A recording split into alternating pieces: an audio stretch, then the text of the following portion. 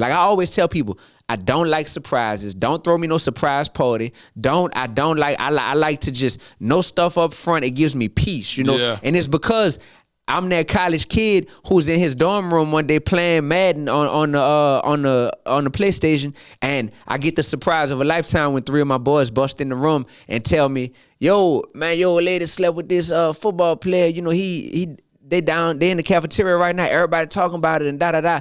That amount of surprise, bro, that stuff is traumatic. You know, it is. I am on a journey to discover, uncover, and recover love. Life is about helping others. Dear Future Wifey has been doing exactly that. You stated that women are to present and not to pursue. It has given us a roadmap on how relationships were meant to be by God. There are still Black men who love the Lord and their end goal is marriage. Thank you for teaching me how to stay lit, how to be intentional and transparent. You read your letter, I cried. I just got married 2 months ago, and I'm listening to the podcast so I can stay married. I'm Laterras Whitfield, and this is Season 4, These Dating Streets, on the Dear Future Wifey Podcast. Welcome to the Dear Future Wifey Podcast. I'm your host, Laterras Whitfield. Hey, listen, we're in Season 4. We're in these dating streets. If you haven't made a commitment, what are you waiting for? Hit that subscription button and subscribe. We're on the road to reaching 100,000 subscribers, and we need everyone to just do your part. Make sure that you like this episode and share it. Man, a lot of y'all have been stepping up to the plate and been donating for Kingdom Royale. Listen, I greatly, greatly appreciate it. I can't wait till we build this facility. God is doing amazing work, and it's people like you generous people that have been stepping up that's going to make this dream a reality. So continue to crown a king and donate today. Matter of fact, take a look at this promo video. Ladarian, thrusted suddenly into Child Protective Services in 2015. My nephew, Black, a boy. The likelihood of being adopted outside of kinship, slim to none. Armani, 16 years old, Black, a boy, with 5 years in the foster care system before I even knew his name. The likelihood of ever being adopted, yep, you guessed it, slim to none.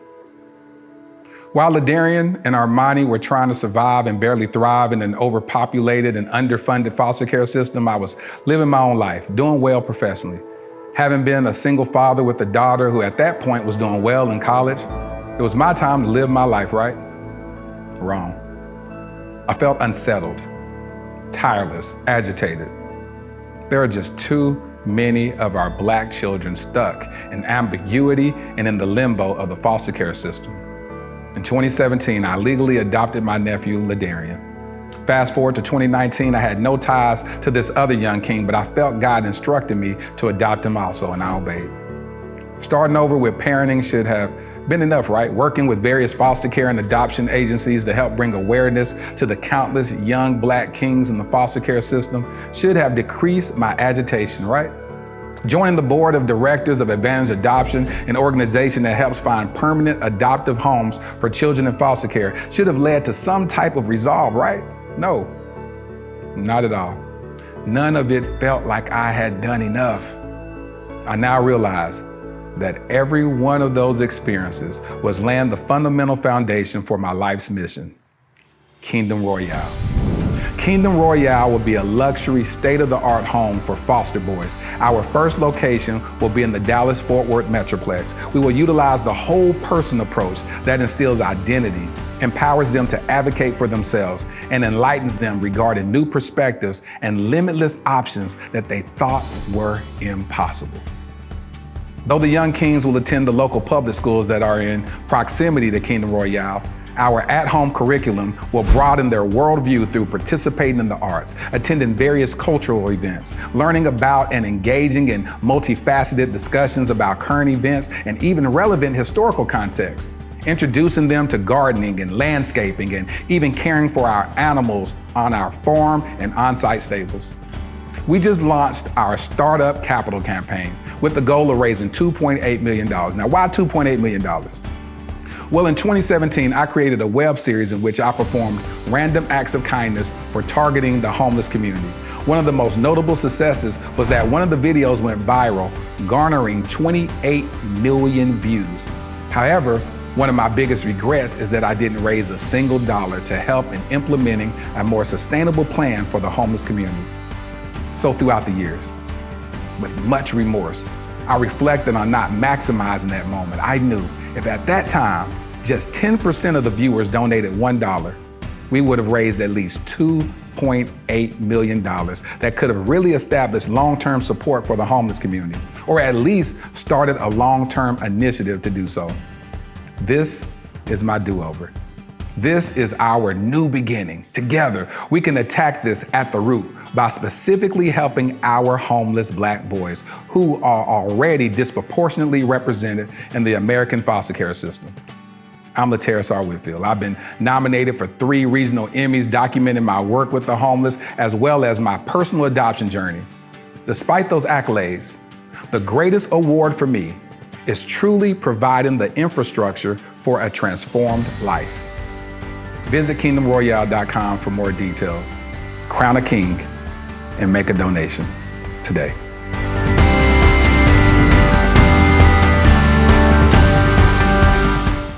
So yeah, those of you that already donated, I speak God's blessings 100-fold, and these young kings are gonna greatly appreciate it. Well, today, we're gonna have fun on this episode. I got my boy on the podcast.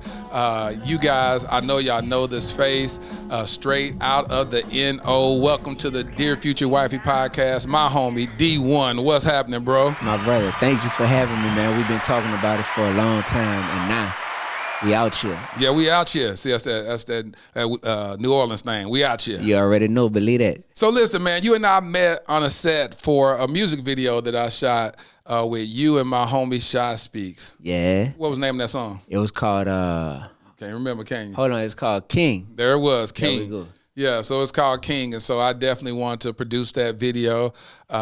Even it's just lining up with what God is having me do right now with Kingdom Royale. And you came in, you spit your verse and made it do what it do.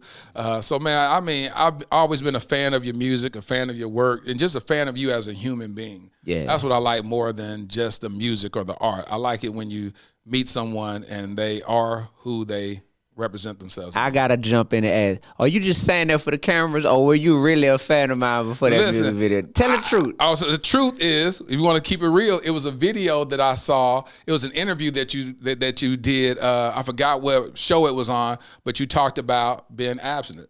And okay. I was like, hold on, who is this dude? And that's what made me start searching you out. Okay, so you ain't just capping for the camera. Oh, no, you know, right. See, my audience knows I keep it lit. So we have this moniker on the podcast where we say we keep it lit. We live intentionally and transparently. So I say the truth. It is what it is. But yeah, when I saw that interview, I was like, okay, this cat right here is being loud and proud and bold about this stance or whatnot. So that's where I started building up a great deal of respect for you. And then plus you from a place that I love to eat, which is New Orleans. So for sure, and my son Armani was born and raised in the what we gonna call it, Nowlands. In that 9th ward, he out that 9. You heard me? He out that 9. He out that 9. That's what it is. So I told Armani, I said, hey, you got to make sure that you come up here and do the switching on this episode because this is a brother I want you to check out. Hey, listen. So you come here once a month to actually preach in the youth ministry, right? I do at One Community Church. So I'm a rapper, primarily. That's what I do. But God has blessed me to be able to use rap. I don't do rap. I use rap to get God's message out there. And in using the hip-hop game and the hip-hop industry, it's opened other doors for me. Some of those being public speaking, some of those being on the ministry side, like literally being the artist in residence at a great church like One Community, to where I get to go in. And I used to be a teacher prior to being a rapper. So that's dope. I always have these roots in me that's yearning to reach kids on a consistent basis, like when I was a teacher, right? So being an artist in residence over here at One Community, it allows me to come in once a month and I preach at all the weekend services for the students, and then I also perform so they get like a mini concert from Dee-1 at each service as well. And the relationships I'm forming with these young men and women of God are amazing. It's exactly what I would have wanted, this whole time, which is I still get to be Dee-1 full time, and I'm traveling. I got an album dropping in 4 days, you know what I'm saying? Like on that type of time. So I don't know when this will drop, but the album drops on Thursday, February 10th, you hear me? So I still get to do all that. It's called Finding Balance. Yes. And, you know, for me, like, the process of me finding more balance in my life, that has changed my entire life over the past 2 years. So I definitely talk about that. But being able to do this and have this as a consistent group of students that I get to pour into, it has been so fulfilling to me. Man, it's dope. And before we just jump in there, this episode is going to be titled Dating While Christian. Oh. Dating While Christian. Boy. Oh yeah, we gonna jump on in there. So do you feel like, first of all, let me ask you about your Christian walk.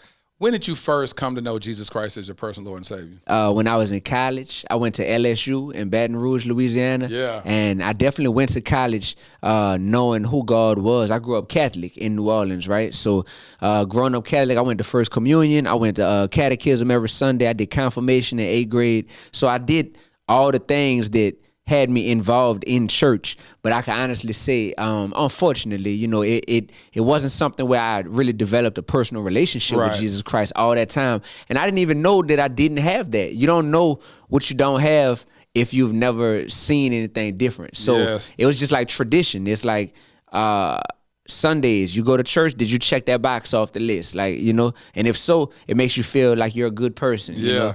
And then I got to college and my world got rocked. My best friend got murdered. My old lady ended up cheating on me. We had been together since like 10th grade. I went to this college to be with her. That didn't go well. You know, I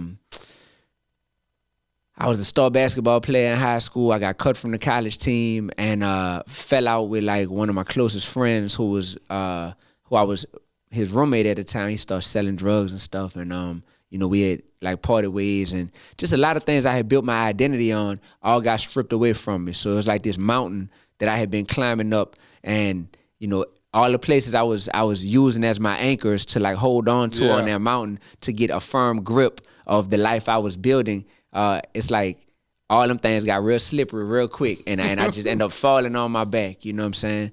And luckily, when I fell on my back, my life could have went in different directions, but luckily I had some people who really believed in me, some brothers on campus who poured into me. And although they poured into me, I still had to make the personal decision to say, I want to see what y'all talking about. I'm going to come to this little Bible study that y'all been telling me about. You heard me? I'm gonna come on this little trip. It's like a retreat or something out of town that ended up being like an encounter where I formally gave my life to Jesus Christ. And so that's when it happened in college. And definitely that was a great time for it to happen because since then I haven't been perfect, of course, but I've been very intentional about how I use my mind, my talent, my gifts, and my time here on this earth, you know what I mean, to try to glorify Christ. Man, one thing we got to understand is God is not looking for perfection. He's looking for progression. You know, and that's period. It's like I can't be in my senior year of high school still not knowing my ABCs. I made a joke with Armani the other day. I said, do you know your ABCs? He was like, yeah. I said, how you know? I ain't asked you that in years. No one has ever asked you that. He said, because I know that I know. And so what happens is that, and he says, because I'm really good in English right now. Well, you know, in kindergarten, they're not talking about English. They're talking about the basic principles that formulate our English language. And so when, as a Christian, we have to look at it the same way to say, listen, I still can't be on milk, you know, if I'm 15 years in the game, you know, I got to be eating some meat. I can't just be coddled. It's some things that, you know, they always say higher levels, higher devils. There's certain things that I should be able to conquer as I mature in Christ. And so as Christians, it strikes me oddly when people say, oh, I'm not perfect. Of course you're not. You're never going to be perfect. We're never going to be perfect. But God looks for our progression. When you say I hit rock bottom, what did rock bottom look like for you? Yeah, for me at the time, it definitely looked like getting ready to drop out of college. I remember being in the quad. That's like our courtyard at LSU. Supposed to be going to the library to study for an accounting exam, and literally thinking like, man, I think I'm about to just quit school. Like let me make my mind up tonight to all the way do it. And what's that exit gonna look like? So being about to quit school. definitely being about to get off into some criminal activity that out of anger and frustration, the way that situation happened with my girl at the time, I was about to do some stuff that I shouldn't have done. Definitely had some get rich quick schemes that I was exposed to firsthand. That it was like, yo, I could do this. And so for me, it's like, I know I didn't want to do any of that stuff because I didn't quit school. I didn't get off into the drugs. I didn't, do anything violent to anybody. But the fact that I was like taking the time out to seriously contemplate this stuff, it just kind of had me in a state of brokenness, to where I was like, man, I really don't know what direction I'm moving in. I just feel stuck right now. I feel like I've fallen on my back and I'm really confused. And that was my thing, was just a state of confusion and just feeling like overthinking everything. So it's called paralysis of analysis. You know, I'm overthinking everything. But it says in the word, a double-minded man will be unstable in all of his ways. You understand me? So because of that, I knew at the time. I didn't know at the time, but that's why I couldn't really make progress, because I was like, am I trying to please my friends? Am I trying to please, the internet? Am I trying to please God? Like, what is it? Not even double-minded. It's almost like I was triple-minded, And that being said, the best thing I was able to do was to take myself out of this rat race where we are all competing with each other as human beings. It's a lot of competitive stuff that goes on, man. So imagine being in college, and this is kind of like probably some personal, I never spoke about this, but this is probably some personal trauma that I know that I went through at that time that, that could continue to plague you, is if you are head over heels in love with someone. Since we're talking about the Dear Future Wifey Podcast, you understand me? Talk about it. And you head over heels for someone. This is your first love. This is who you totally plan on marrying, all this stuff. You literally passed up on full scholarships to Howard University, to University of Florida, to UCLA, all these schools, because I was nice with the grades and with basketball, but end up going to this school where I had to take out student loans to go to this school, right? Wow. To be with this one person, and they end up cheating on you. And when you know the person that they cheated on you with, it makes you instantly compare yourself and be like, well, dang, like, what did this person, this person was on the football team. You know what I'm saying? I wasn't on the football team. This person looked like this, you know what I'm saying? So do that mean that that's more of the standard of what's up? And it make it to where you start to compare yourself and feel inadequate, and you start to just, man. And it's bad when you're in college, because people like to be messy, and people like to just, it's like, oh, this is the Jerry Springer, of what's going on campus today. So I'm hearing all kind of, also sidebar things and whatnot. And that stuff just really, stick with you and make you fall into, well, you can fall into this trap of constantly comparing yourself to other people when it's not really ever meant to be that type of way. So all it did for me was it just made me not naive, number one. So like when these girls be out here talking about they just friends with these dudes and all that stuff, man, you better miss me all the way with that. You hear me? You better miss me all the way with that. I done learned that early on. Like it definitely made me not naive at all to just the realities of these streets. You heard me? These dating streets. You could be in church, it's still these dating streets and all that stuff. So it did that. But thankfully, me finding God and growing that relationship with Jesus Christ around that same time, it also made it to where I realized that my validation don't come from my old lady thinking I'm this, or from other girls, or even from a basketball coach thinking I'm good enough to be on the team. Like, it made me comfortable with, like, man, I'm the MVP in Christ's eyes. You heard me? Because he made me specifically to be who I am, flaws and all. So with that being said, you don't want me? I'm good. Cool. I'm good. I'm Gucci. Yeah.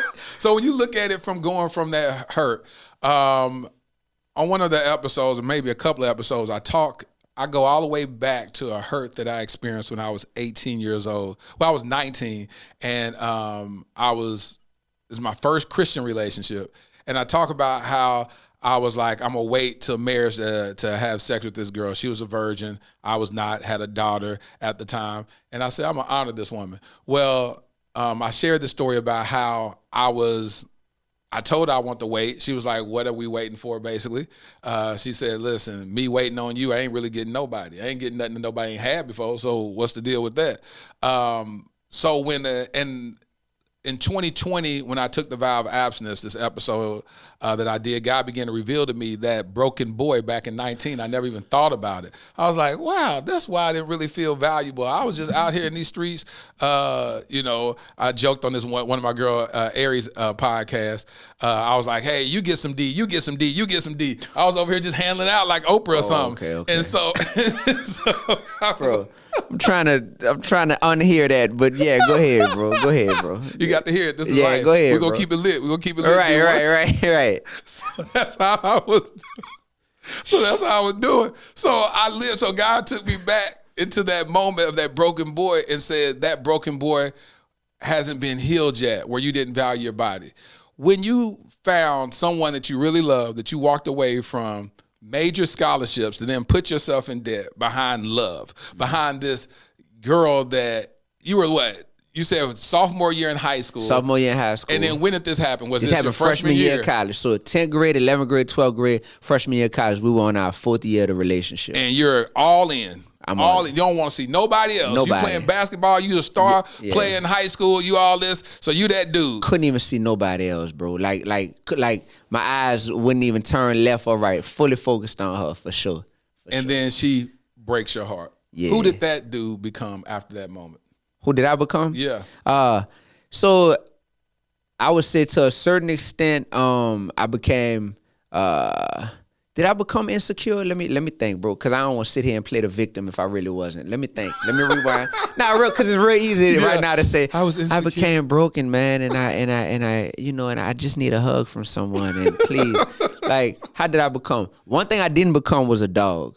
You know, I know some dudes that's like I know Soulja Slim from New Orleans, rest in peace. He had a song where he said, his first real old lady broke his heart and basically left with his feelings, left with his heart. And so ever since then, he just been, basically he turned into a savage, and I remember, and I'm paraphrasing what he said, but that being said, I didn't turn into that. I think I did become someone who, once again, that cherry had got popped of me being probably naive. Yeah. So that naiveness went all the way out the window to the point where it probably made it to where people were like, but it's like the first time, it's like you grow up in the hood. I got a song called The Garden of Eden, and it just talks about like growing up in the hood, and this is just home to you. So it seemed normal until the first time you seen somebody get shot.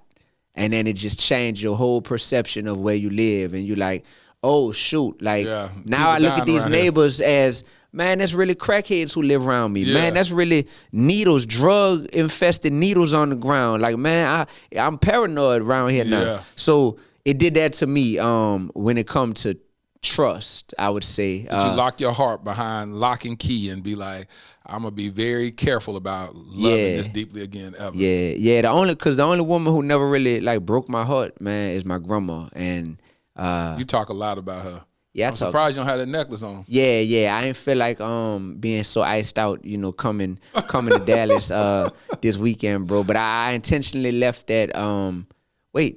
I did bring it. I just didn't want to wear it to church today. I got it in my suitcase. Matter of fact, I wear the iced out grandma piece. And it made it to where, like, what that turned me into was just somebody who. It became harder for me to trust people after that, but not impossible for me to trust, people.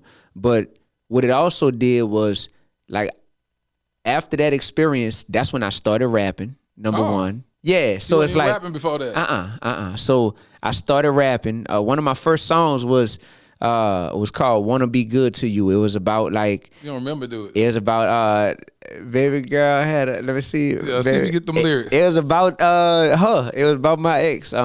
Baby girl had a good man, and they had plans to I don't remember, but it was about our story. Like we had plans to get married and to do all this and talk about what she did, but then it talked about how she doubled back afterwards and was like basically acknowledging that like she really effed up and that she really like lost someone real and someone special by losing me. And it talked about that. And man, thankfully, bro, it made me start rapping. I developed a personal relationship with Jesus Christ after that. It really changed my life for the better. You know what I mean? So that was cool. As far as on the residual end, I think it might have created an expectation to where afterwards I would always expect to get hurt at some point in relationships with women. Almost like this is good and I'm appreciating the good, but in the back of my mind. So that's why, bro, I was always wondering like, why am I so against like surprises? Like I always tell people, I don't like surprises. Don't throw me no surprise party. I like to just know stuff up front. It gives me peace, you know? Yeah. And it's because I'm that college kid who's in his dorm room one day playing Madden on the PlayStation, and I get the surprise of a lifetime when 3 of my boys bust in the room and tell me, "Yo, man, your lady slept with this football player. You know, they in the cafeteria right now. Everybody talking about it and da-da-da." That amount of surprise, bro, that stuff is traumatic, you know? It is. Also, you know, a couple years later, I'm the person who, I'm literally at Xavier University in New Orleans about to go up there and perform, and I get a surprise phone call from one of my friends right before I go on stage telling me my best friend just got murdered. You know what I mean? And those surprises, bro, it makes me to where like, hey, if I don't have to experience any surprises, even quote unquote good ones, I just rather no surprises. You know what I mean? So it made it to where that's good, man. Yeah, bro. It created that's a good revelation. It created an expectation in me though to where you know, I would always kind of like with women moving forward, always feel like, dang, like I'm expecting that when I get fully invested, that it's gonna be some revelation, and a revelation of imperfection is okay. Like a revelation that, oh, you're not perfect, sweetie. Like, okay, you're dealing with this, you're struggling with this. That's okay. But a revelation that is like crushing to what we've built, or a revelation that maybe you ain't who you said you were at the core, you know, to me. Like that stuff cuts deeper than a lot of other things to me. And I think that by that happening, you know, back then, and then even happening subsequently, you know, moving forward with people. And it always be the thing, and this been a recurring theme, it had been a recurring theme, is like having something good with someone, then something happens, and I would say, I can honestly say that in my first 2 relationships, you know, the high school to college one, and then one at the end of college and post-college, I can say that it was like, you got something real good, you got something that that other person makes a decision. The first one was obviously cheating. The second one, it wasn't cheating, but it's a decision that really like messes with the core of y'all whole relationship, and kind of just like, you know, to me, like sucks the wind out of the relationship, like really like getting the wind punched out of you to where it's like, oh, this sucked the wind out of, but then them probably realizing that and doubling back and being like, yo, I'm here, like let's, you know, like let's do this. And it's like deep down, we were doing this, and I've been wanting to continue doing this, but the fact that like, man, you knocked the wind out of the relationship with this, and now like you wanting to like double back and it be all good, and that'll leave you like, am I dumb for going back to this? Am I is it okay? And do you have to have grace? Like grace to what extent? You know what I'm saying? When it comes to stuff. And that's just been a thing that I think I've learned and that I've learned to acknowledge that I have gone through. Do you remember, what did your first Christian relationship look like? When your first relationship after knowing Christ, and this is an intentional relationship, what did that look like? And did it differ from the little young boy that didn't know Christ? I've always dated people who were Christians, but I don't think we've ever had a Christian relationship. It makes sense. Yeah, if that makes sense. Yeah. You know, I never dated no atheists or no heathen out here. You heard me? I ain't never dated no Buddhists. I ain't never dated, you know what I'm saying? Like I've always dated people who were Christian, but the ones I've been in relationships with, it never has felt like, yo, this is a Christian relationship. And but the difference is, the people who, like some of the people who, clearly this is gonna be a Christian relationship with this person.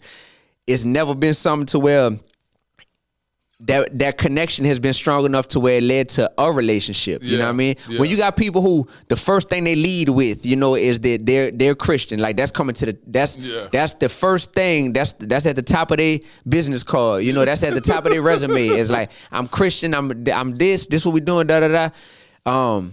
That don't mean that you can't be attracted to them. That don't mean that I haven't been involved on some level. But as far as that leading to a full-fledged formal relationship, it hasn't ever been that way, because it's been weird, bro. It's been weird a lot of times dating people who I've had some experiences to where I'm dating people as soon as they become a Christian. So they was out there living a whole different life 3 months before we met, you know what I mean? and now you're a Christian.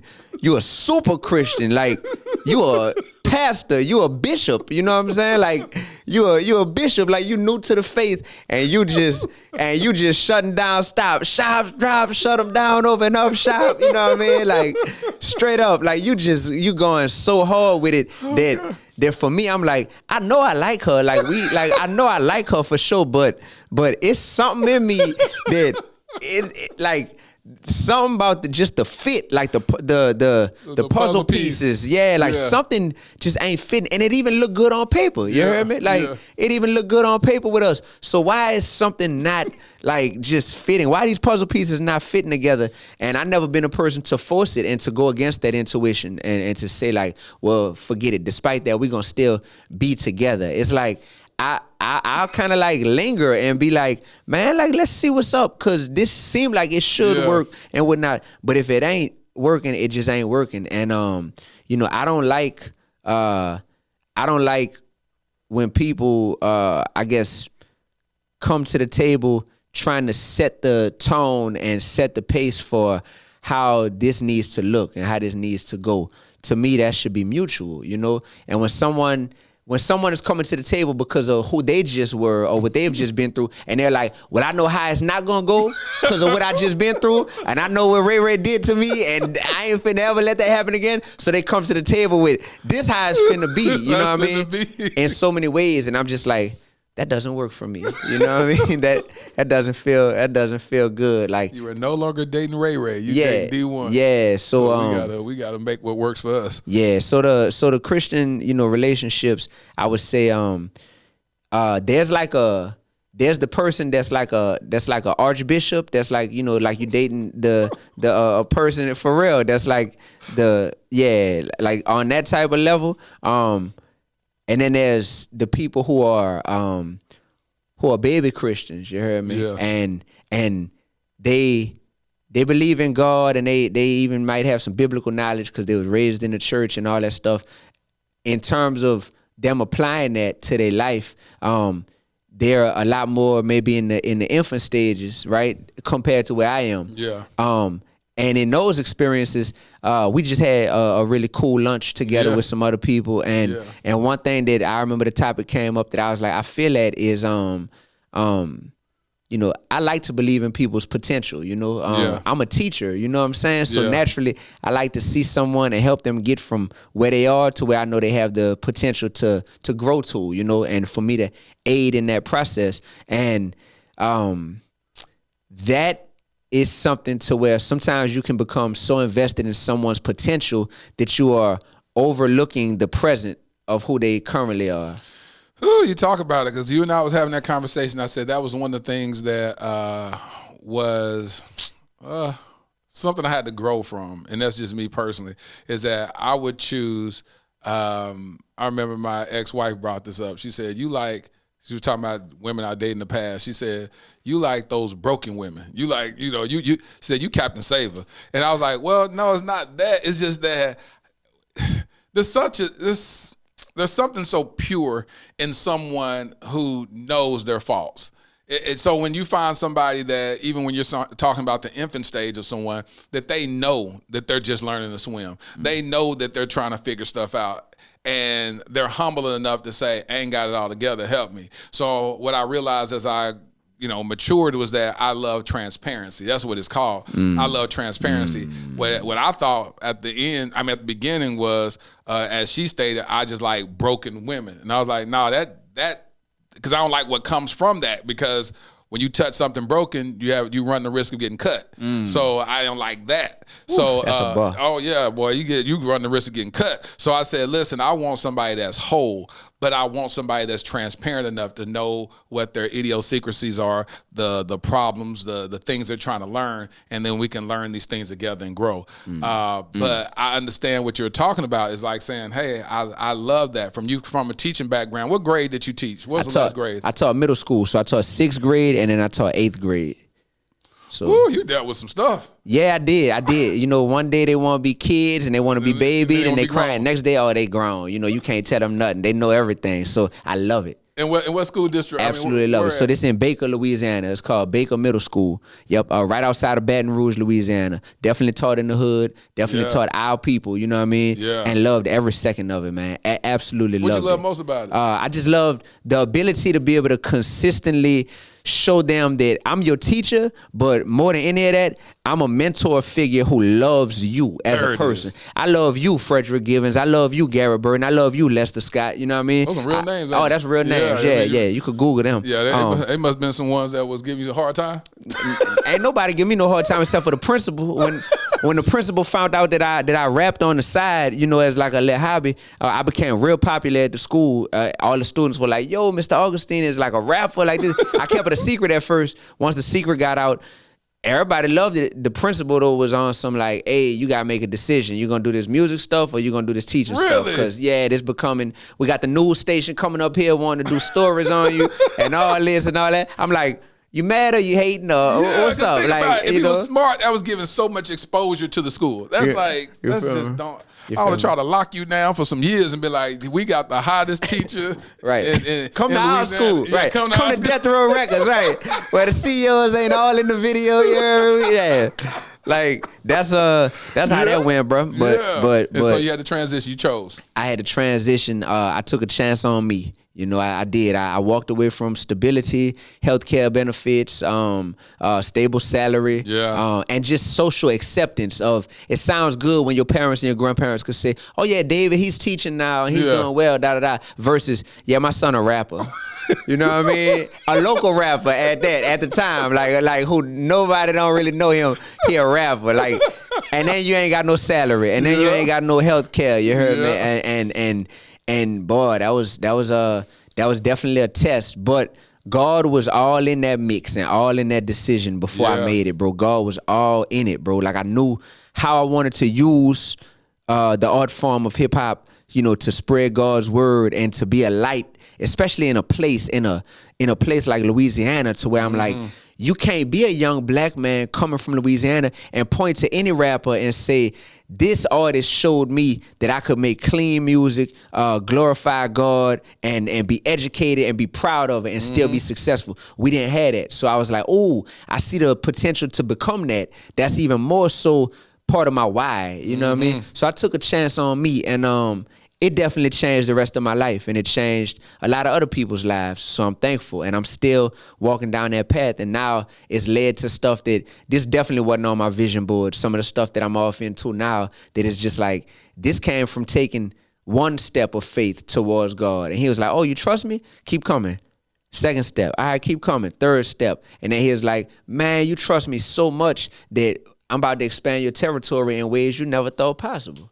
So how does that work as a working Christian rapper, minister, all this stuff? How does that work in the realm of love and dating? So great question. Because watch this. To some people, they know who Dee-1 is. Like to a lot of people, you go on Instagram right now, you're like, oh, word, you got this many followers. Okay, Facebook, oh, YouTube, like, oh, word, oh, this many millions of streams. To some people, the way that works, that question you asked me is, they're like, whoa, like this is Dee-1. This is like a powerhouse. Like this is an artist who has a clear calling on him, who is successful. It got them wondering, like, let me Google his net worth, you know what I'm saying? And like literally, this is real experiences. All that girl, that was a lie. That is not what I'm worth. Yeah, right. I said, I'm speaking to existence, Jesus. Right. So it got that, and it's that type of treatment and that type of reverence for who I am and what I do. And to other people, it's like, I ain't never heard of no Dee-1 before, so you just a light-skinned dude with dreadlocks who just asked me for my number. You know what I'm saying? Yeah. Like, bam, like that's all this is to me. And yeah, so I don't know, so I don't really have any connection to your calling or what you do, or even, you know, holding it up on any kind of pedestal. Yeah. And it can lead to really them having a lack of respect for it, to the point where now it becomes this, well, what's more important, what you got going or what I got going on? Because meanwhile, I got this master's degree and I got this PhD and I'm over here doing this and I'm building a business too. All right, you building, I'm building too. We both building. So what's up? You know, and it end up being that type of vibe. So it can be either of those. And sometimes there's a nice balance. You know, there's a nice balance of someone not being a total groupie behind who I am and what I do, but definitely having respect and reverence for it, and being like, I'm not gonna ask you to try to slow up when it comes to your pursuit of this, D, or anything like that. And I've had to get to the point where, because I've experienced all of the above, I've had to say, what's my preference for what I prefer, and what my preference is not, my brother. What it is not is to be with the person who has no respect for the anointing that I have. This ain't no job. Yeah. You know what I'm saying? Yeah. Who has no respect for the calling that I have, who can't see the fruit that's coming about from it, who can't see or understand the years of hard work that have gone into building this right now. The sacrifice of walking away from the comfort zone of teaching to go and say, God, catch me. You understand me? So what I can't deal with is that, and it's a thing to where like I don't even lead with like who I am and what I do and bragging on stuff, because I'm not a materialistic person. You ain't gonna see me in no flashy car, no big name brand stuff to show off who I am or anything like that. I feel like the results, you know, speak for themselves, and you can hear in my passion for what I do, like, oh, this is deeper than just rap music to him. You know, this is something that is clearly like of God. And so what I don't really have a desire to do is to be having someone to where they're wanting to maybe like compete with me for like, well, who has more going on, or who's, you know, more successful, or maybe them just being, and sometimes I have to respect if a person is like, hey, I'm so invested into what I do, David, you know, my name is David. Yep. I'm so invested into what I do, David, that I see you and I respect what you do and I like you as a person, but I really don't have the capacity to be involved in that with you, you know what I'm saying, at all. Then I've had to learn that that's not my ideal type of partner, you know what I mean? So you're not gonna ask a pastor, see, being a rapper or being just an entrepreneur or just a lot of things nowadays, it's like, it's easy for people to throw that under the rug, like, oh, I hear about them all the time, or I know a lot of them, like, okay, whatever. But you're not gonna ask a pastor of a church to be like, well, you a pastor of this church, I can clearly see what you've been able to build, but I want to be with you, but I ain't trying to be like no first lady. You know what I'm saying? I was gonna ask you that in a minute. That was the next question I was gonna ask, because I hear a lot of, it's crazy because for some reason, some women think that there's some pastoral anointing over me where they say, I would love to date you, but I ain't trying to be no first lady. I said, what? Wow. Why you think where you getting that from? They was like, I just can't be a first lady. And I said, so what does that mean to you? When you say not a first lady, and I have no desire to have a church, why do you say I can't be a first lady? What does that mean to you? And I think that what people are saying is that this facade, they have a first lady in a certain category of what they cannot do, how they got to represent themselves, how they got to act, how they can't be on social media posting certain stuff. And I was like, basically all you're saying is you don't want to be a Christian that lives their life, you know, properly. You don't want to have no accountability. Pretty much. Because I'm saying, where do you get first lady? I said, nothing about the wife that God is going to give me is going to be some woman that is like, she's just the first lady type. Like, what is that? Right. I don't even act like the quote unquote typical pastor if they want to put me in a box. But I'm saying, where do you get this at? That to me, that's speaking from a place of ignorance and immaturity. When a person says something like that, because they act like everyone is confined to this box. If you're a first lady, that means you're confined to this box. And to me, they're not mature enough in their thought process to understand that no, you make the box, the specific box that fits who you are as a first lady or as a pastor or this or that. You make the box, and when someone is saying that up front, it's like that just sound like an excuse. Like, okay, carry on, ma'am. You know what I'm saying? Because one thing I'm also not into doing at this point in life is chasing after somebody. You feel me? I will pursue you, but I'm not finna chase after you. Talk about it. Tell them the difference. Guess what? No, Dee-1, you gotta stop. Tell the difference. What's the difference between pursuing and chasing? So pursuing you means that I will let you know. You will clearly know that I'm interested in you. You're not gonna have to wonder. You know, I know how to make it plain. You heard me? And what's chasing? Believe that. Chasing is you want me to take part in these mental gymnastics that come along with trying to figure out your man, what's this word this girl used, man? Man, this girl told me one time, it's my ex. Man, what this girl said? She said she was I need to call her and almost ask her. This girl said that she was, I can't remember the word, but I looked it up because it was a vocabulary word. I looked that sucker up, and that basically meant like she was a person who couldn't be figured out. You know what I'm saying?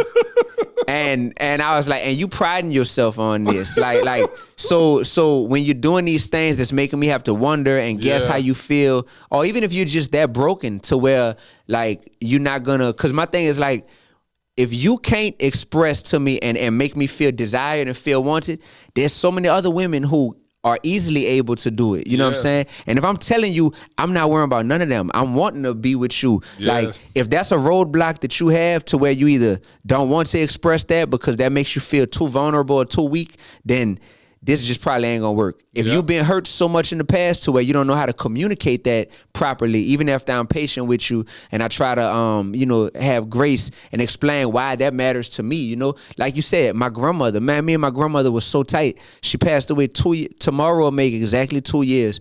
And she is what inspired my album, Finding Balance, because her passing, put me on this personal journey to find more balance in my life.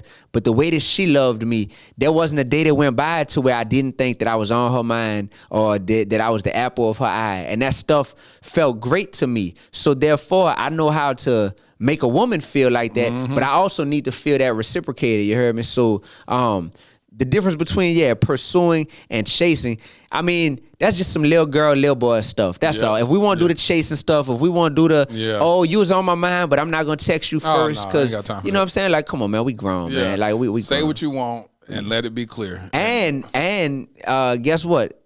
Guess what, sweetheart? Like, I'm a prize as well. Like, I'm a prize, and I know that. And I know that I'm a prize at this point. So when women, and shout out to all the men who watching this. I know it's like only 6 of y'all that watch this, Actually, it's more than I thought at first. Now, I get a lot of DMs from men. Men don't comment as much in the comment sections, but I mean, we had about 15%. All right, all 15 of y'all, not 15%, all 15 of y'all men that watch this. Listen, brother, listen. I know that when you super, super young, it's like whoever the pretty girl, the fine girl is, like automatically she's like the top of the totem pole. She's like the queen of the kingdom at school just because of how she looks. But she didn't have to do anything to earn those looks. You know what I mean? God just made it to where, bam, you look good. As you start to get older, you start to realize that looks alone are not enough to keep your attention. If you are a man that is of faith, if you're a man that has high character, if you're a man that's intelligent, if you're a sapiosexual, them looks alone are not gonna be enough. So a woman who feels like, yo, I look good, so that is enough right there for me to be bringing to the table, bro, you're going to realize after a while that she's no longer the prize. You're going to realize that you're a prize when you have worked to take whatever God gave you looks wise. All right, cool. Me, I know I ain't no ugly dude, but I also know I ain't no Instagram model. You heard me? And I don't carry myself as such, and I don't care to be, and that's cool. I'm going to take however I look. I'm going to keep myself up. I'm going to max that part out. But outside of that, I'm going to work on my brand, man. I'm going to work on my mouthpiece. I worked on my heart. You know what I mean? I worked on my pockets, my finances, to the point where it's like in all of these ways, I worked on the ability to be able to be a good listener and a great communicator.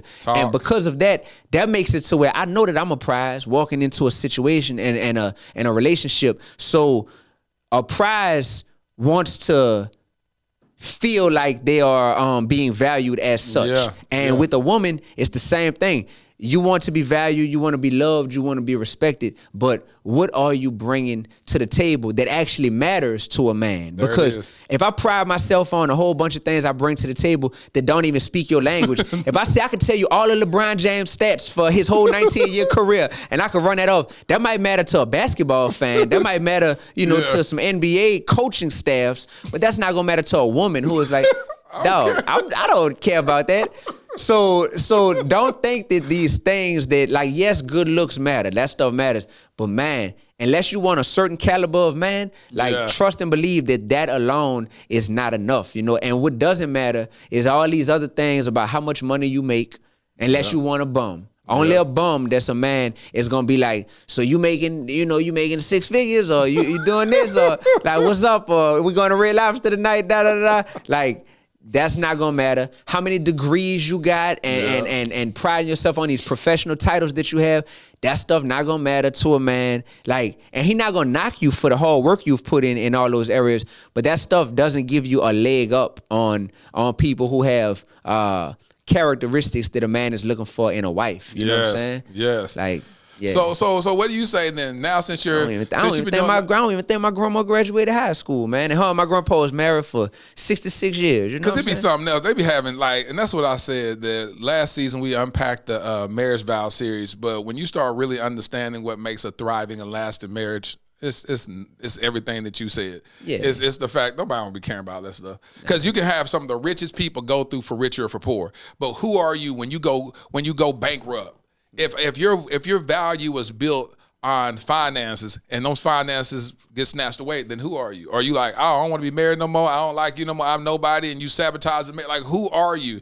And so that's why God wants us to have some character. The Bible says we need to learn how to abase and how to abound, how to live with and how to live without. And that's what makes us a well-rounded person, and also makes us able to minister to different age groups, demographics, socioeconomic levels, because he says you really, really get it. So I love the struggle that I came through. I love that I came through, I grew up poor where the lights was getting cut off. We didn't have water in the house, and we over here using the fire hydrant or the water valve or whatever from my neighbor, getting the hose to fill up my tub or whatever. You know what I'm saying? Like we that's how we lived, and I love it. I think back on those moments and I go, that built character in me, which was interesting because when we had this big snowstorm that hit Texas last year, it was normal. I was just like, all right. I used to always heat up. We still had some little electricity, so I boiled some water, and we took what they call a little H bath, and I had a little tub, and I even posted a picture of it. I was like, boy, it takes me back to my childhood. Wow. But I knew how to live like that,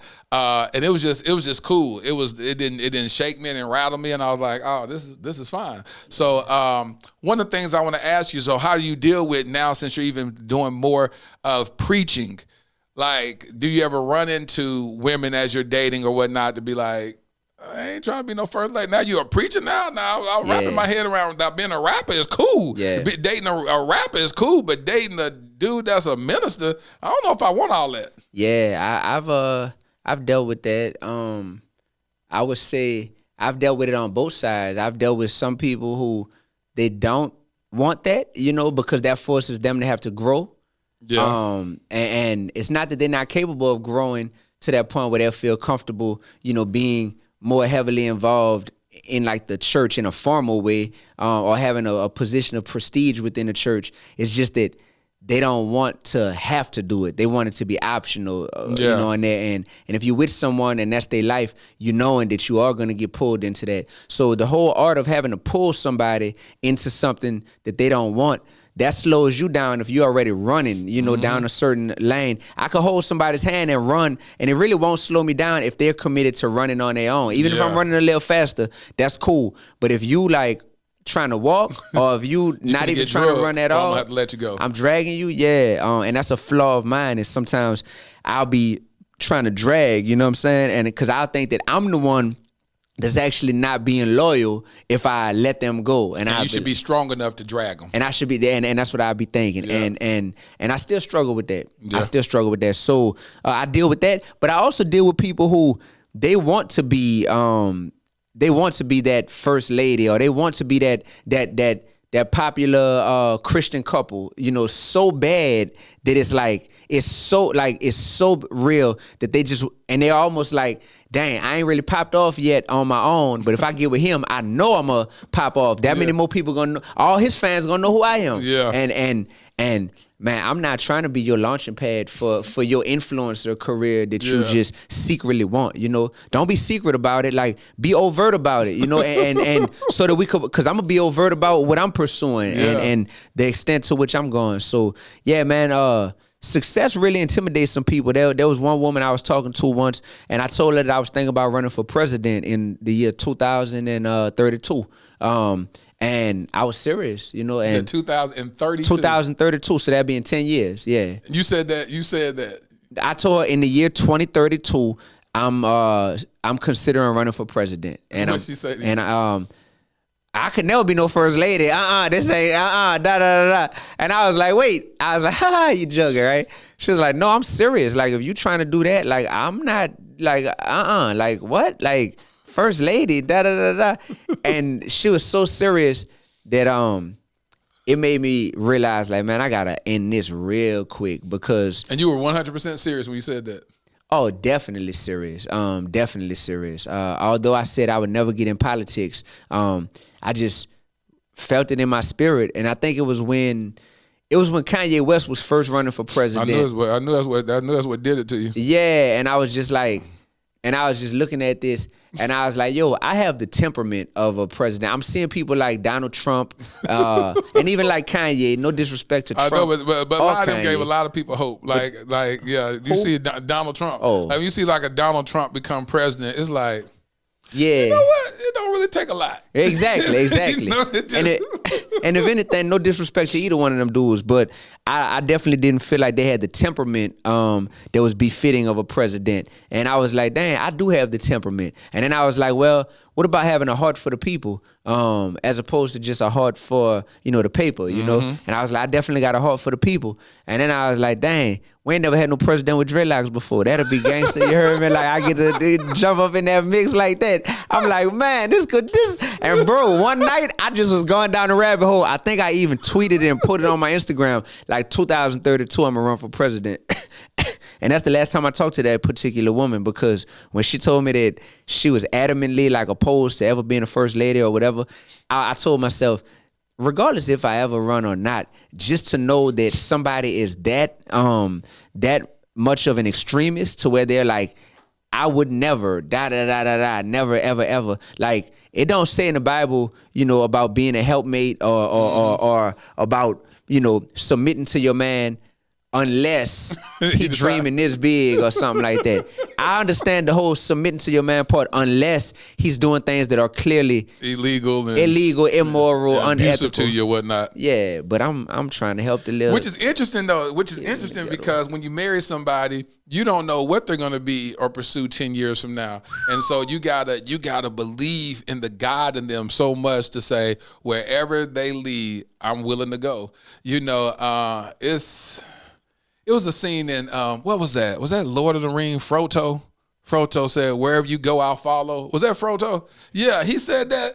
I literally dropped a tear on that. He said, because he said, wherever you go, I'll follow. And he was walking into the water in the ocean, and he was like, "Go back! You can't swim! You can't swim!" He said, "Wherever you go, I'll follow." Man, when I tell you I caught the Holy Ghost on that, I said, "Man, you better, Froto, you better do that, Frodo." Yeah. Man, Froto said, well, "I don't care if I can't swim. If I'm following you, I know I'm gonna be okay." Ooh. Man, that blessed my soul. Let me tell you something, Armani. That was the Holy Spirit. There, you over there laughing, Armani. That was the Holy Spirit on Frodo. Ooh, that's powerful. Say, man. Froto, boy. I done caught the Holy Spirit. Man, I don't know what the next question is, bro. This is a dope convo so far. I can't even lie. I gotta ask you a question, bro. Talk to me. Like having this platform, having built this platform, Dear Future Wifey, and being so pronounced about what you're looking for and just the self-reflection that comes along with learning yourself and learning your desires and pursuing God at the same time. Like, what is it at this point in these dating streets that you think makes it so hard for you, a man with options? Do you think that the amount of options is something that actually makes it hard to lock it in with the one? I think that it doesn't make it challenging to lock it in with the one, because the one I'm looking for is so specific. But it does get me distracted on the journey to the one. So, and it makes me go, well, dang, is this one that I'm looking for so out of reach? Is it too specific? Can I build a bear in a sense? Can I go meet a woman and say, maybe she don't have this, and these preferences that I have are, she don't have this, or this right here is a turnoff, but should I really be looking for perfection? And I'm not looking for perfection. I'm looking for purpose. I'm looking for someone that I know when I meet and I go, we're in alignment. So what I like the most and what I desire the most is when I meet someone that I'm in alignment with, that catches my interest, where I go, oh, let me go take a look at it. And I'll start venturing down that route, which I was telling you an example about. Rejection is just simply redirection for me, which is something I had to learn when I did the episode with Essence Atkins. When I shot my shot at Essence, and Essence said, listen, I like you, we cool, we've been friends for years or whatever, but I just don't see you the same way that you maybe see me. You shot your shot on the episode? I shot my shot it was a video that I recorded in a conversation that we had, and then I showed it at the beginning of this season, and I talked about that.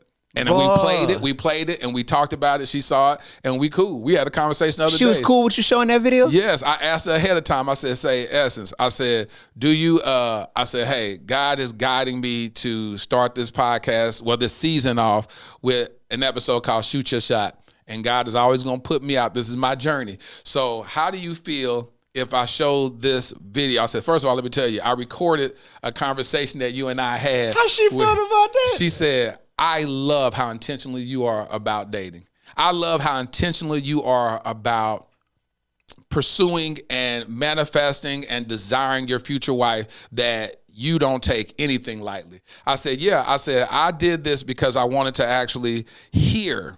Like, I want to hear that when I shoot my shot at her. I wanted to hear how it sounded to get rejected. How did it sound? I didn't know if it was going to be rejected or not. So she could have accepted it, and then I would surprise her on our wedding day or whatever. Here's the video. This is where it all started. And she's like, oh my God, this is where it all started? Mm-hmm. Or the rejection / God taught me redirection is that I go, okay, at first I felt like it was something wrong with me. Because when you hear stuff in real time, if somebody says that they're not seeing you the way you may be trying to see them, then you can take it as, what you trying to say? Something wrong with me? Am I ugly? Am I this? Am I that? Whatever insecurity you may have comes bubble up to the top.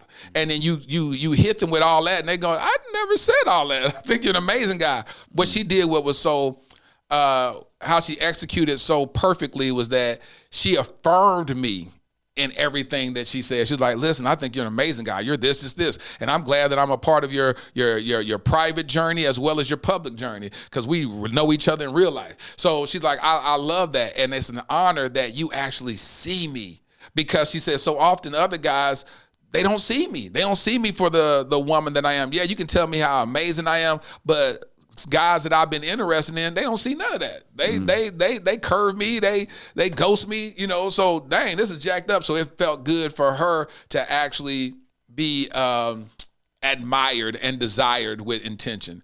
And even when I did that, it wasn't that I said, hey, she's my wife. It was saying that, hey, I believe there's some things that we have in alignment. Do you mind looking at me from, take me out the platonic category and see if you can imagine something romantic with me, and let's try to pursue and see what's there. Essence, you tripping, you missing out, sweetie. Who you got, Essence? Who you got right now? Who you got? And I say this with all due respect. I'm just saying, who you got right now? Cause look, you could be a celebrity or not. This how it be. Everybody usually be passing on real good people because they got this one person in mind that they holding out for, that they're like, well, this person ain't really into me right now, but if they are, if they come around, like, that's who I know I would want to be with. Essence, if he ain't came around, like, for real, look at my dog. Like, look at that bald head. Look at that thing. Look at this man smiling. So, D-Will, what I think is most important is that even though it's the same thing, that God was teaching me something in that process. D-1, this dude DM'd me yesterday and said, hey, I watched your episode. I've been watching your podcast, and I saw the episode that you did with Essence, and I followed you shooting your shot with her. I followed that to the T with this girl that was in my life that I was interested in, and the shot landed. He said, so thank you for actually providing the reference, for teaching me how to do it. And he made it swish at the end of the day. And so I was like, wow, what if God allowed me to do that, just to give this young man reference on how it should be done respectfully. And the other thing about it, with a lot of women, they're afraid to, quote unquote, shoot a guy down because a guy can't handle it. She becomes all kind of B's and H's and all that type of stuff just because she say, nah, I ain't gonna give you my phone number. But we gave a master class literally in that example where Essence, she covered me, she covered my heart. She said it so perfectly where I wasn't broken. It didn't make me go, I ain't gonna never shoot my shot again. It made me go, well, shoot, now I'm out here. Now I'm finna go shoot. I'm finna go into the NBA. I'm finna shoot some shots. But the reality was that it taught me too what I desire, and that when I see what I desire, then I'm willing to go ahead and shoot for it. Man, look, shout out to you, man, because I think I speak for some men who, like, at least you got to shoot your shot in a verbal manner to where it's like, all right, and this person respect you enough to hit back. Man, shout out to all the men out there who, man, sometimes you might shoot your whole shot with somebody through DM, right? And you shoot your whole shot, boy. Like you get it all out. You shoot your whole shot. You heard me? Like I'm talking about, you done dug into the depths of your life experience and why this makes so much sense. And all you get back is seen. That's all they say when they didn't read the DM. They hurt. Seen. That's it, boy. Boy, to pull my whole life story out and why we perfect for each other. And I get seen. Shout out to all the men who can relate to that story. I ain't saying that's me or not. I'm just saying you done heard that story. I didn't heard that story. Shout out to all the I see you, brother. I see it.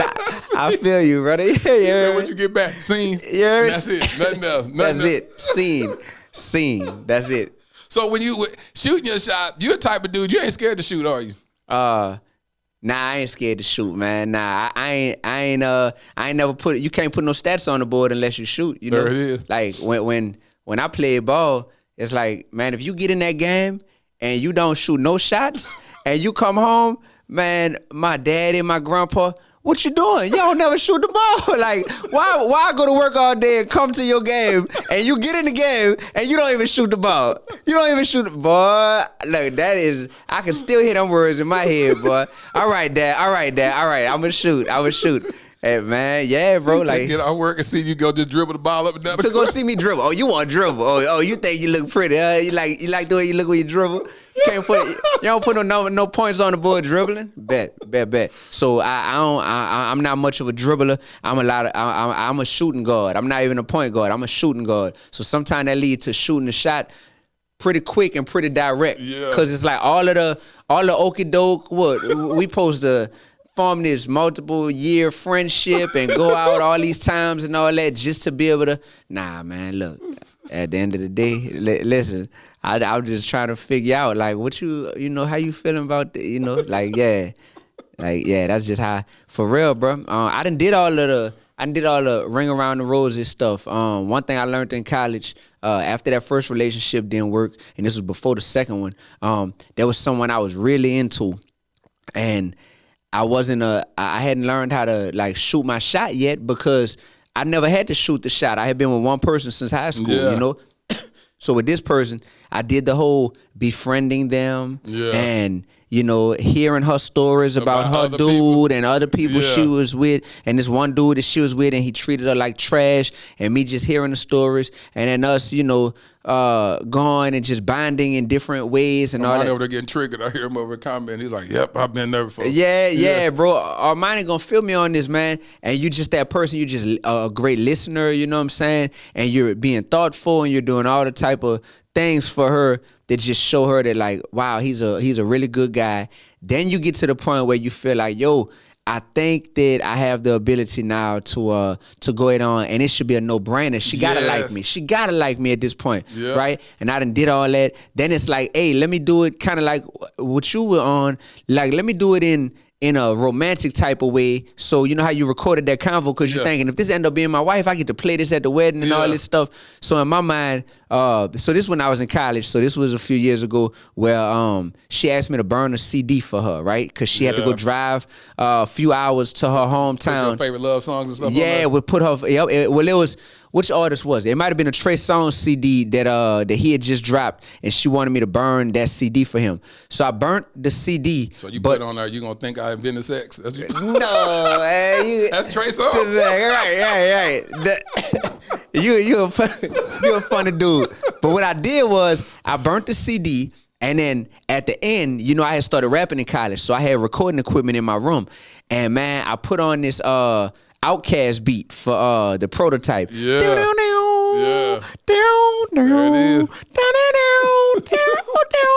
And I'm like, I got the prototype beat on.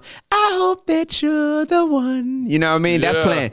So I go there on my microphone, and I basically record like a custom song for her, you know, telling her how I feel. That's dope. Right? And I'm like, this gonna be so gangster because I done burnt the Trey Songz CD. She got a ride. I calculated it. She got a 3.5 hour ride to get to her hometown. Talk about it. So when she listened to the CD, the Trey Songz CD only lasts an hour. It got 11 tracks. I made sure to write it in permanent marker on the CD. Trey Songz plus special bonus track.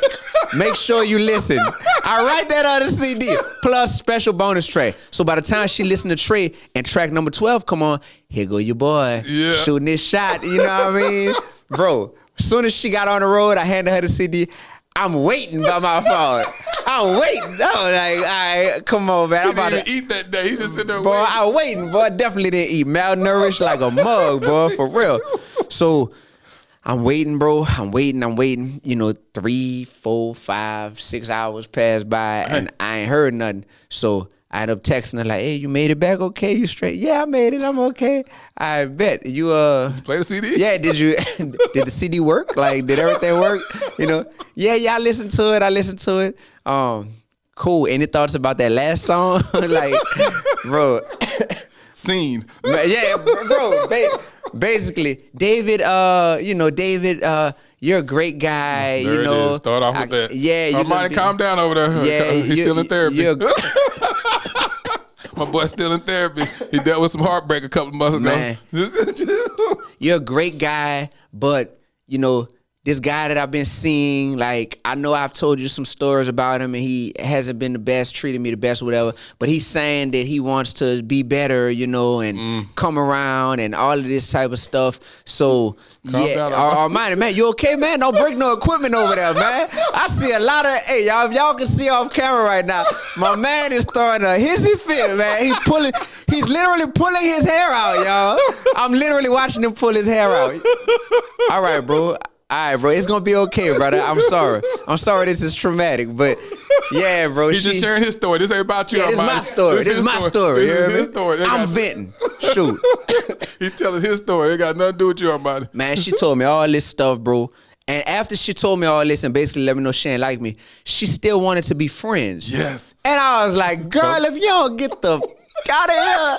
I'm not finna burn no more CDs for you. I'm not finna be going to play tennis with you. I'm definitely not finna go spend no money because I'm a broke college student to take you to the movies and all this. Yeah. Girl, this was all predicated upon, like, I'm trying to get somewhere with this. So ever since then, it just became like, man, all that time I spent, like all that, man, I'm finna be, soon as I get in the game, shoot, half court. You know what I mean? Like, you ain't know his name yet. Shoot. Man, right. Right, just close my eyes, just throw that ball, man. Oh, he's a shooter. He's a shooter, folks. He's a shooter. He said he don't care no more. Man, he said he's shooting your shot. That's cool though, man, but that's what I'm talking about. Women, if they understand that men that are, because you're on the same vibe that I am, a sapiosexual. I heard you drop that earlier. The reality is that you get really intentional about that woman and be like, this is how I want to play it out. This is how, the fact that you're calculating the time, you're calculating the arrival. This is when she'll get it. This is how, all this stuff, and you're sitting there waiting with anticipation. And then someone says, I'd rather stay with the dude that's mistreating me than the person that has been consistent in my life showing me my value. That blows my mind. Armani, come back to life. Armani, hey, we need CPR to the soundboard right now, man. My man that all the way did this, you know what I mean? He didn't all the way started doing this. Yeah, he convulsions. Yeah. So Armani, y'all, those that's watching, y'all probably saw a live that he and I did on Instagram back in November, and Armani had given his heart to this girl. They had been talking to each other. She expressed interest, and he was that good dude that showed a crown. And then she was just basically playing with his heart because she was still entertaining this on again, off again bad situationship that she was involved in. And she told him, well, I never did like you in the first place. I was just playing. I was just this. So I had to walk my son through that, because I know that if you don't nurse that wound early on, that young man already have dealt with a lot of trauma in his life, growing up in the foster care system and all that you could turn this beautiful spirit, this beautiful soul, this beautiful young man into a savage. And so I said, come on, son, here, cry on my shoulder. Let's chop it up. I share with him my past pain and hurts that I've dealt with a particular female. And I say, hey, listen, let's just talk. I want to nurture that wound, because if you don't talk about it, he's like, I'm good. And he wasn't good. And it wasn't good at all. And it got pretty bad. But then I had to redirect him into letting them know who he is. And that's so crazy, because we give people so much power in who they identify us as. We give them so much power to say, if they don't accept us, if they don't approve of us, then that means something is wrong with me, which you were talking about earlier. And to whoever you are out there, whether you're a male or a female, a woman, a man, a king, a queen that's out there watching this podcast, never give anybody the power to identify you as whatever that is. You know, because at the end of the day, your identity comes in Christ, and God will never cause you to love someone that causes you to sin. And so the reality is that he says you're the head and not the tail. He says you're above and not the beneath. He says you're beautifully and wonderfully made. Then how do we give so much power to people who don't see us for who we are, and then let that identify us and say, oh, I'm worthless, I don't mean anything? And so I definitely want to come against that spirit and heal that. But it got real for my son Armani. It got real, and that's where it starts. And when the conversation we're having, that pain starts from. It always goes back to that 18 year when you were younger, maybe 16 or 17. That first heartbreak that never gets healed properly, and so your heart is still healed, but it's healed a little incorrectly, and it made you a little bit more cautious, which you should be. But then it also gives you a little hint of distrust, because you're like, I ain't finna trust nobody. So you're not fully giving yourself over to that level of love, and again, giving your heart over like that, because you don't want to experience that heartbreak like that again. And so I can't wait to get to the moment in which I was telling Armani that wait till you get someone that knows how to handle your heart properly. Wait till when you feel your love reciprocated, when you get someone that sees you and you don't have to prove to them who you are, that they see you and say, oh no, I prayed for you. Oh, I prayed for you. That's why I said in the Essence episode, what was so powerful about is that it wasn't so much about Essence. Essence, me and her are really cool. It was a fact of God trying to mature me to the level to where I start shooting. You know what I'm saying? Because I'm the dude that will be your friend and kick it with you, and I don't want to get it wrong, so I literally try to understand you and the foundation of friendship, so I don't put myself out there and get hurt. And hopefully, I'm able to identify some stuff in our friendship that I go, no, I'm gonna avoid that. I don't even want that. But Essence said something powerful in that episode. She said, "I'll never say never, but my unhealed version will be like, ooh." That's a window of opportunity. She said, I'll never say never. So what if I keep pursuing her? What if I show her how she's supposed to be treated?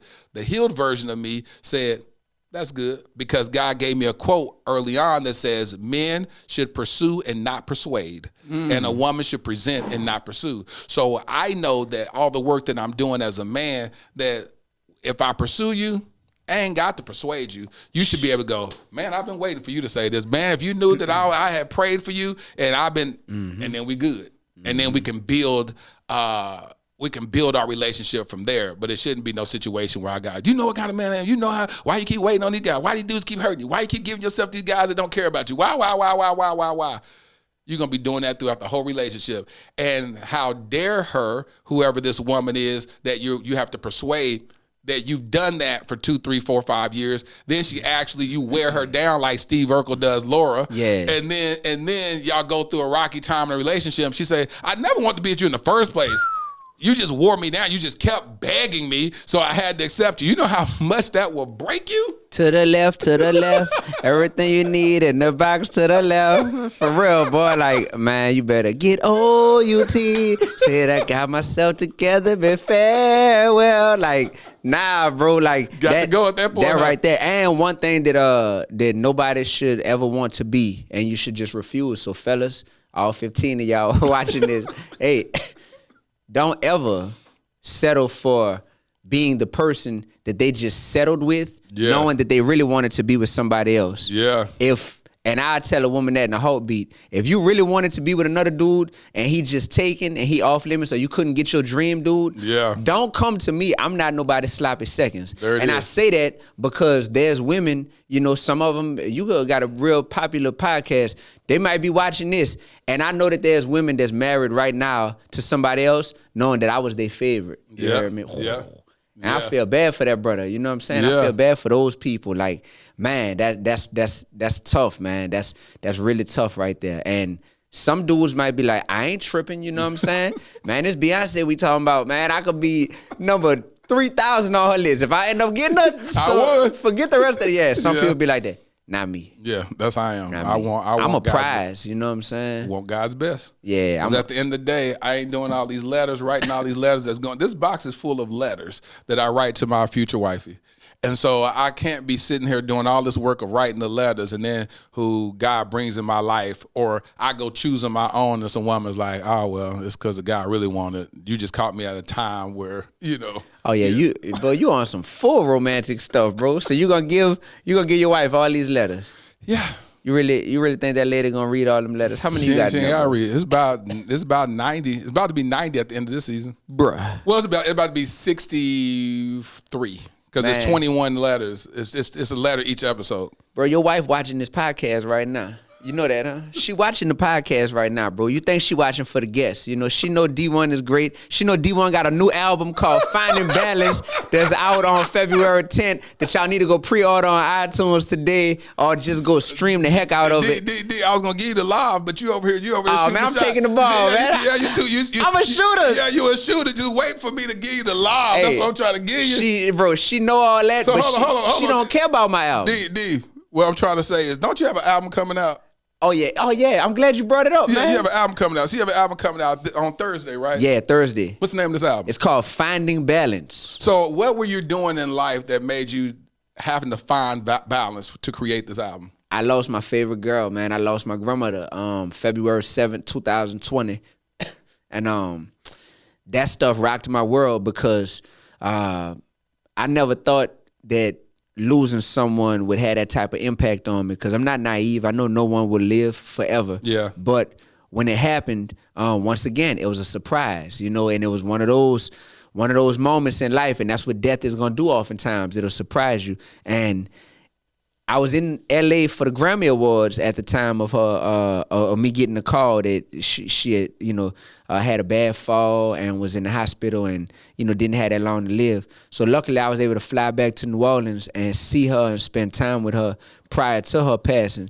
But what it did was it made me self-reflect and say, man, I'll never be able to get another day with her. And I think about how many missed calls, bro, I have from my grandma over the years. And just to show you that. Don't go do that, D-1. Yeah, bro. So look, and this is starting in 2020. So anything that say, and you could just scroll down. Look at the vast majority of who them calls say they from, bro. Mama house. My mom's house. That's her house phone.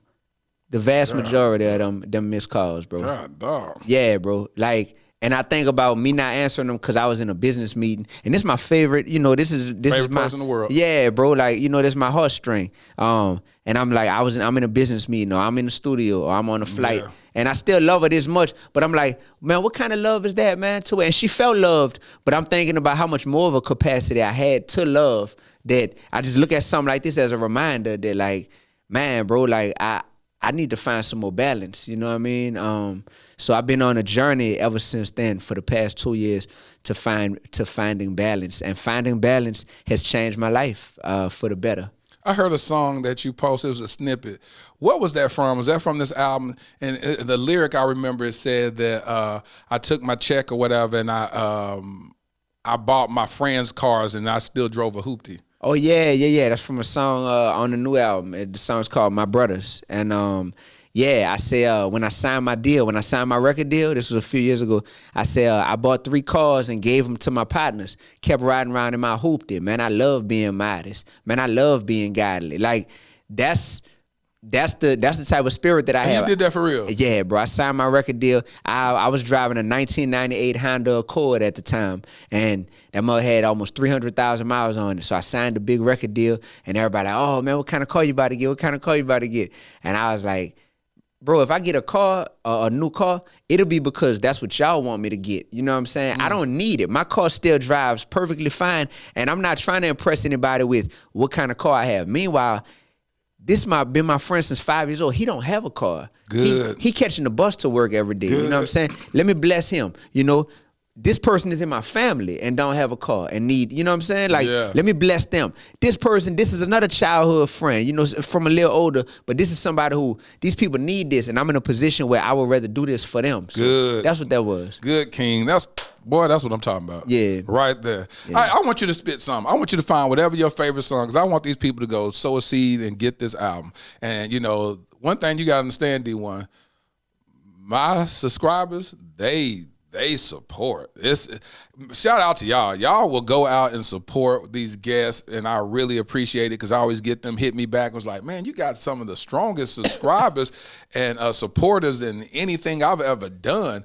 And so shout out to y'all, those of y'all that as soon as y'all see something, y'all go and plant a seed, because I know y'all work really hard for y'all money, and I appreciate when you find value in the guests that I bring on the show, because these guests are people I find value in, and I bring them in not to interview them, but that I glean information and they pour into me. And so D-1, this is my personal journey. So this is me sitting in therapy sessions every week, and I bring guests that I find value in so that I can glean something from them that pours into me. So I want you to go through your Rolodex in your mind and think of a verse or something you want to spit. For sure. I definitely spit for y'all, and I'll even tell y'all the best ways to support, because a lot of people be like, I want to support, but I don't know how nowadays. If I go listen to your music on Spotify, is that supporting, you know? Like, and that is supporting. But there's some tangible ways that I've been able to tap into. So thank y'all for inviting me into y'all world.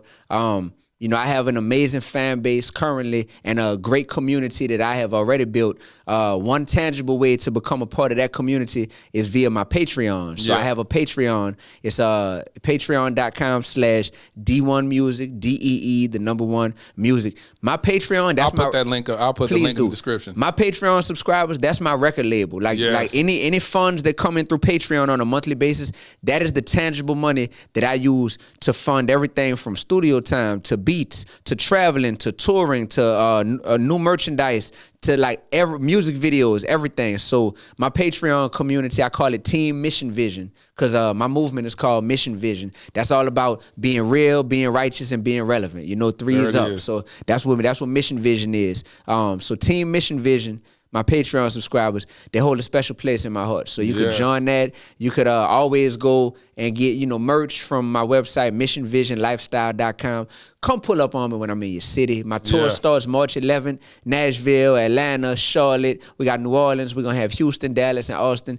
Get tickets, come to the tour. But that's if you connecting what I do and if you really feel my heart, through everything. So let me give y'all these bars right quick. Let's get it. Because if you like my heart but you hate my art, then I don't know if it makes sense to start. That we ain't, basically y'all not in alignment. There you go. We're not in alignment. So let's see. So this is an excerpt from a song off the new album. This song is called Authentic. You heard me? So check it out. I say, Nipsey Hussle of New Orleans, I'm blessing these streets. TD Jakes over 808s, blessing these beats. I'm Joe Clark when I teach, they leaning on me. We flipping M's to W's, it's all about we. I'm living life with a Christ-like mentality, so I can't be quiet about police brutality. Woke, purpose-driven man of God, that's why they mad at me. I'm focused on your character, you focused on my salary. That's why I'm balling on them like I'm James Naismith. They angry I made it and I ain't followed they script. You trying to be like somebody else that ain't lit. Be you and first take it like Stephen A. Smith. They slick when they act like it's love, but it's jealousy. I feel the energy. I got discernment from above.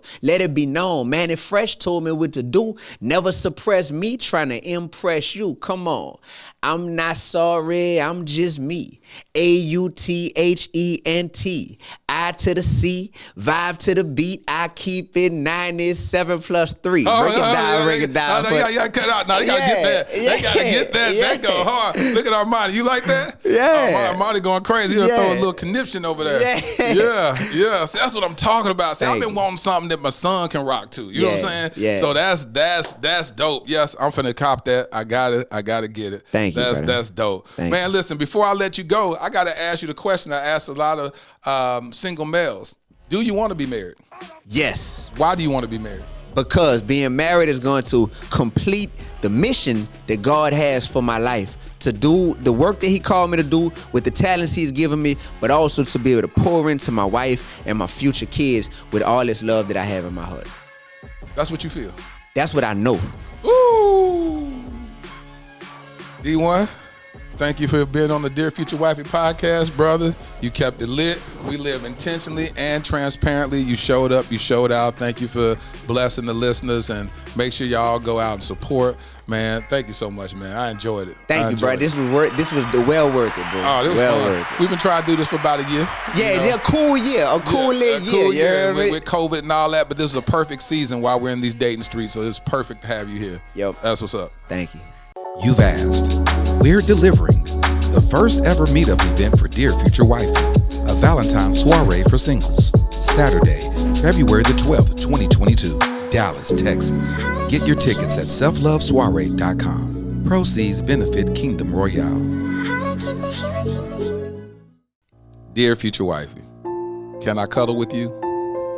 Me, God, Jesus, the Holy Spirit will need to huddle with you. Can I keep this transparent? Because it's apparent. It's a struggle to keep my hands off you and not make you a parent. We haven't made it to the altar, so I can't alter our vows of abstinence. We can't falter. How are we going to make it through this engagement without engaging? Hormones raging. The deeper I fall in love with you, the deeper I want to be in you. I'm baking. I'm mistaken.